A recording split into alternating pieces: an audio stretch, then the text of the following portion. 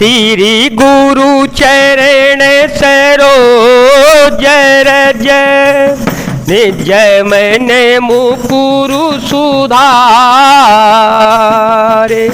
बरन रघुबर विमल यस जो दायक फल चारे बुद्धिहीन तनु जान के सुमेरो पवन कुमार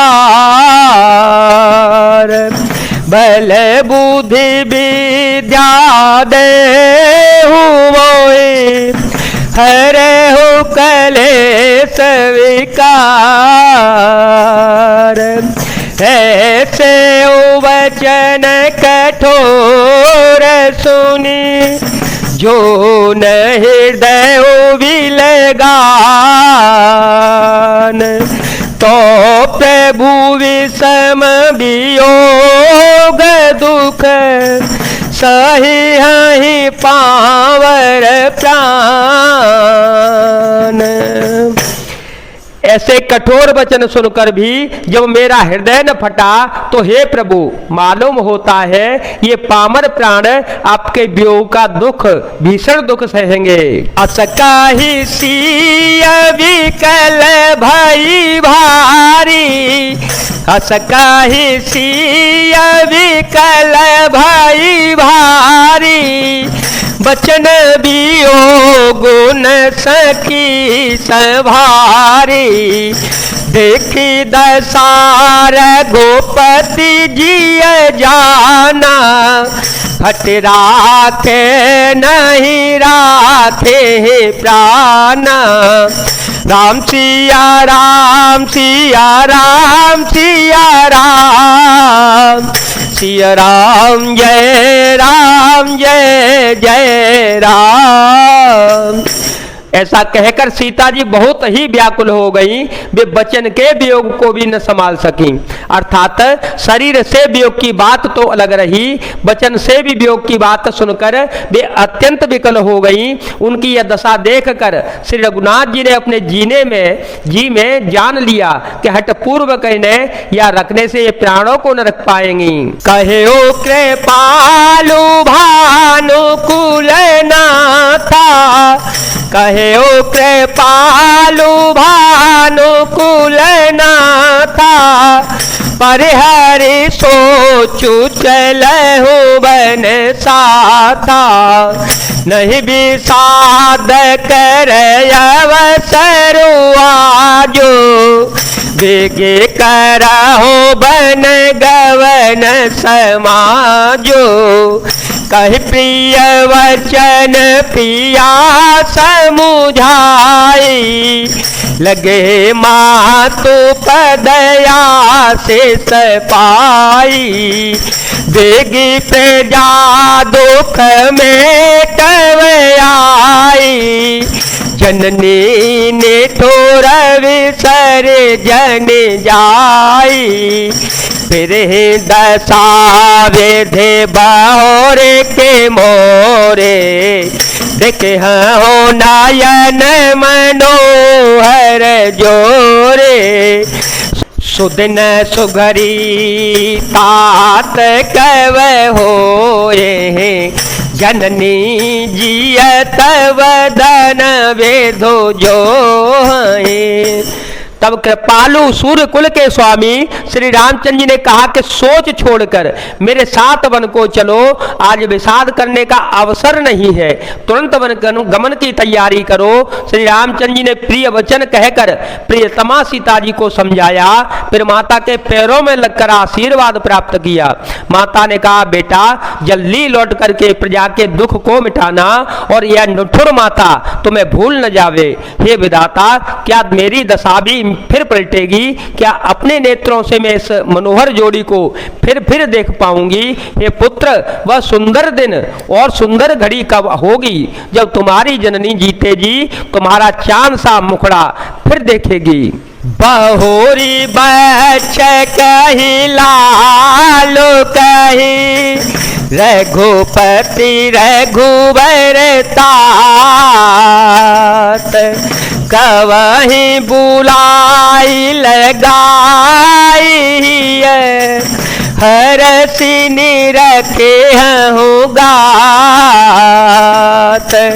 मंगल भवन मंगल हारे ध्रुव हो तो दशरथ अजर विहारे।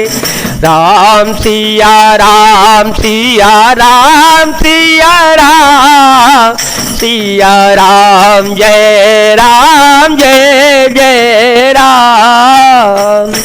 हे तात वत्स कहकर, लाल कहकर, रघुपत कहकर, रघुवर कहकर मैं फिर कब तुम्हें बुलाकर हृदय से लगाऊंगी और हर्षित होकर तुम्हारे अंगों को देखूंगी। लखन है कातरी महतारी, लखन है कातरी महतारी, बचनों ने आव विकल भई भारे। राम प्रबोध की विधु नाना, समोसने हो न जाए वह खाना। तब जानकी सासु पग लागी, सुनिय माय में परमय भागी। सेवा समय दे बनु दीना, मोर मनोरथ सफल न कीना। यह देखकर कि माता स्नेह के मारे अधीर हो गई है और इतनी अधिक व्याकुल है कि मुंह से वचन नहीं निकलता, श्री रामचंद्र जी ने अनेक प्रकार से उन्हें समझाया, वह समय और स्नेह वर्णन नहीं किया जा सकता। तब जानकी जी सास के पांव लगी और बोली, हे माता सुनिए, मैं बड़ी ही अभागिनी हूँ। आपकी सेवा करने के समय देव ने मुझे वनवास दे दिया, मेरा मनोरथ सफल न किया। तजब छो पूजनी छाड़ी छो, तजब छो पूजनी छाड़ी छो। कर्मु कठिन कछु दो सुन मो, सुन सिया वचन सासु कुलानी। दशा कवन विधि कहो वह खानी, बारह बार लाई उड़लीनी। धर धीर जो से कया से सदीनी, अचल हो वाहे तू तुम्हारा। जब लगी गंगा जमुन जल धारा, राम सिया राम सिया राम सिया राम, सिया राम जय जय राम। आप क्षोभ का त्याग कर दें परंतु कृपा न छोड़िएगा, कर्म की गति कठिन है, मुझे भी कुछ दोष नहीं है। सीता जी के वचन सुनकर सास व्याकुल हो गई। उनकी दशा को मैं किस प्रकार बखान करके कहूँ। उन्होंने सीता जी को बार बार हृदय से लगाया और धीरज धरकर शिक्षा दी और आशीर्वाद दिया कि जब तक गंगा जी और यमुना जी में जल की धारा बहने लगे तब तक तुम्हारा सुहाग अचल रहेगा। सीता है सासो शीत सिख दीनी अनेक प्रकार, चली नाए पद पदोम सिरो, अते हित बारहि बार। मंगल भवन मंगल हारे, ध्रुव हो सुदशरथ अजिर विहारे।